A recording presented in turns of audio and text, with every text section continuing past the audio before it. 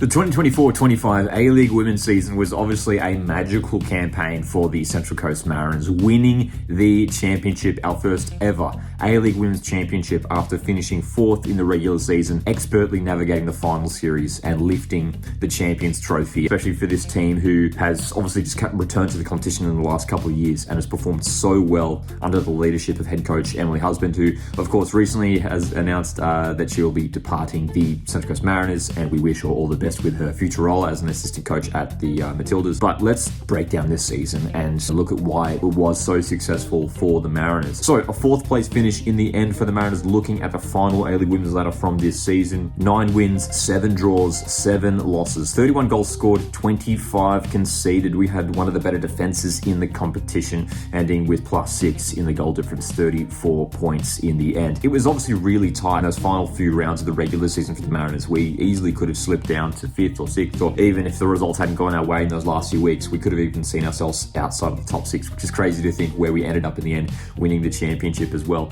Especially looking at the point difference. I mean, especially those two Melbourne teams, City and Victory in first and second, so far ahead of us, and Mariners able to defeat both of those teams in the final series just makes this an even more phenomenal season for the Central Coast Mariners. Looking back at our games throughout this season, obviously the opening round match was set up as a really tantalising one, facing Sydney FC again, who knocked us out in the semi-finals the season before, starting off with a 3-1 win on a positive note, a couple draws here and there, win against Canberra, and then we did sustain a few disappointing losses throughout the campaign, of losses to Brisbane Roar, Western United before defeating Perth Glory away. We did draw to Melbourne City. That was a big thing. Melbourne City, obviously a incredible season for them. I mean, going undefeated in the A-League Women's season, that is in the regular season of course, until we beat them in the semi-finals. We held Melbourne City to a 0-0 draw there, another disappointing home loss there to Adelaide United, before wins against Wanderers, a draw to Sydney, and a win against Wellington. And of course, worth highlighting, a couple of these games as well played down at Woy, which was nice for something different there. Mariners playing down at Woy, and got a really good crowd down there as well. Big 5-1 win against Newcastle Jets in the F3 Derby was an enjoyable moment this season. And then you can see here this run of losses here. The away loss to Victory, obviously always going to be a tough match away to Melbourne Victory. That home loss to Western Sydney Wanderers, I remember, was a really disappointing one, and especially with that loss away to Adelaide following that as well. Those 3 consecutive losses, our season could have really taken a really poor turn there. But it was these moments where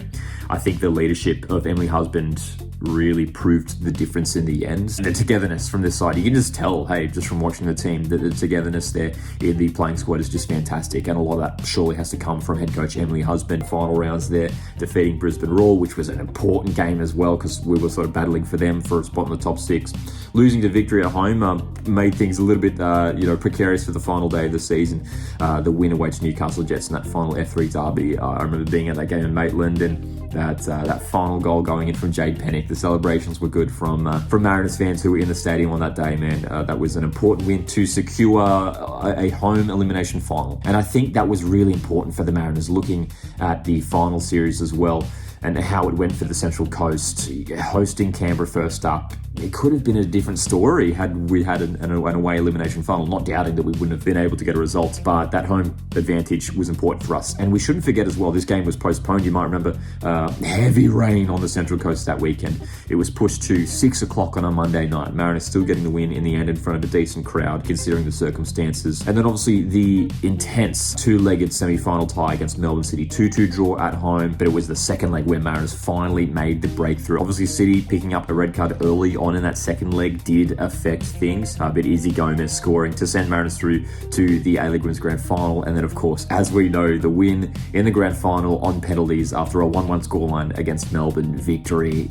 Just an incredible final series going all the way there to defeat, again, especially Melbourne City, Melbourne Victory, who was so good this season. Defeat them both in the final series as well is just huge, especially defeating both City and Victory down in Melbourne as well. Worth pointing out also, we did it away from home. Let's have a look at some of the player stats from this past season. These stats coming from Fotmob. Our top scorer this season, Izzy Gomez, picking up 7 goals alongside Jade Pennick, both with 7. Tiana Fuller, I mean, she just had an incredible breakout season. 6 goals, some phenomenal strikes as well from the youngster. What a campaign for her, and she's got a really really bright future.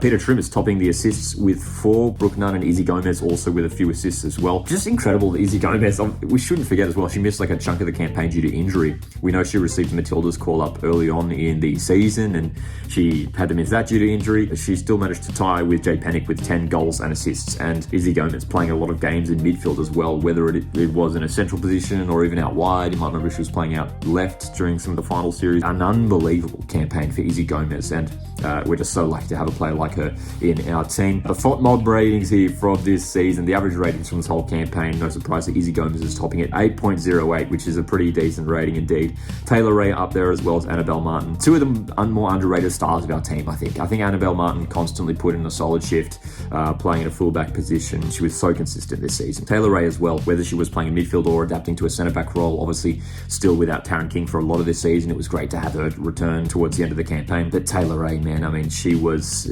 such a good signing from Sydney FC. I think that was a really smart move from the club. You had Taylor Ray, who had obviously experienced success with Sydney FC in recent years. She brought that experience into the side, and she was a crucial player for us in defence towards the end of the season as well. Just a truly special season for our A-League women's side, finishing 4th but winning the championship. Really excited to see how we go next season. Obviously, it's going to be with our new head coach. Emily Husband has joined the Matildas setup, so curious to see who we bring in, as well as what new signings are coming to the club. But considering that we won the championship, we have to be aiming to push, higher up the ladder here, maintain our position in the finals there, pushing for first place as well. We want to be featuring in the Asian Women's Champions League as well. What were your thoughts on this past A-League women's season for the Central Coast Mariners? Let me know your thoughts and feelings in the comments. Make sure to stay subscribed for more Mariners content right here. My name's Lockie, and I'll see you in the next one.